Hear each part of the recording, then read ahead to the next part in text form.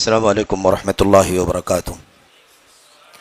ان الحمد للہ نحمده ونستعینه ونستغفره ونعوذ باللہ من شرور انفسنا وسیئات اعمالنا من يهده الله فلا مضل له ومن يضلل فلا هادي له واشهد ان لا اله الا الله وحده لا شريك له واشهد ان محمدا عبده ورسوله اما بعد فان خير الحديث كتاب الله وخير الهدي هدي محمد صلى الله عليه وسلم وشر الأمور محدثاتها وكل محدثة بدعة وكل بدعة ضلالة وكل ضلالة في النار. أعوذ بالله من الشيطان الرجيم. ومن أحسن قولا ممن دعا إلى الله وعمل صالحا وقال إنني من المسلمين. وقال عز من قائل أجعلتم سقاية الحاج وعمارة المسجد الحرام كمن آمن بالله واليوم الآخر إلى آخر الآية. صوبائی جمعیت اہل حدیث مہاراشٹرا کے قابل احترام امیر محترم، ناظم محترم، دیگر منتظمین کرام، آج کے اس عظیم الشان سمپوزیم کے صدر محترم، عالم اسلام کے جماعت اہل حدیث کے سر خیل اور پوری جماعت اہل حدیث کی آبرو ہمارے سامنے تشریف فرما ڈاکٹر وسیع اللہ عباس بستوی مدنی حفظہ اللہ، پروفیسر مدرس جامعہ ام القریٰ مکہ مکرمہ، اسی طرح سے مدرس، مفتی اور محدث حرم مکی شریف، آپ تمام اہل علم، قابل احترام بزرگوں، نوجوان ساتھیوں، قابل احترام ماں اور بہنوں، عزیز بچوں، دعوت اللہ اور خدمت خلق منہج سلف کی روشنی میں تین گوشے ہیں اصل میں الگ الگ، اور چند باتیں ان تینوں گوشوں سے متعلق آپ کے سامنے رکھنی ہے۔ خصوصی جو بات ہے اس موضوع سے متعلق وہ آخری گوشہ ہے کہ ان دونوں پہلوؤں سے متعلق سلف کا منہج کیا ہے، دعوت اللہ اور خدمت خلق۔ اصل میں خدمت خلق، مخلوق کی خدمت، مخلوق میں چونکہ بہت سارے طبقے آتے ہیں، انسانوں کا طبقہ ہے اور ان کی خدمت کے کئی پہلو ہیں، اسی طرح مخلوق کے اندر حیوانات بھی ہیں، ایسے ہی چرند پرند بھی ہیں، ان سب کی خدمت کے حوالے سے بہت سارے نصوص، بہت سارے دلائل کتاب و سنت کے اندر موجود ہیں۔ بھوکے کو کھانا کھلانا، پیاسے کو پانی پلانا، ننگے کو کپڑا پہلانا، ایسے ہی مریض کی عیادت کرنا، دیکھ ریکھ کرنا، میرے بھائیوں اسی طریقے سے چرند پرند تک کو بھی کھلانے اور ان کے لیے غذا اور پانی کے انتظام کرنے وغیرہ کا تذکرہ موجود ہے۔ لیکن بنیادی طور پر خدمت خلق کا جو موضوع ہمارے سامنے آتا ہے وہ یہ آتا ہے کہ سماج کے اندر جو مسلم سماج ہے یا کچھ غیر مسلم سماج بھی، ان لوگوں کی خدمت کرنا، ان کی انسانی جو بشری ضروریات ہیں ان ظاہری اور مادی ضروریات کی تکمیل کرنا خدمت خلق میں سب سے پہلے شمار کیا جاتا ہے۔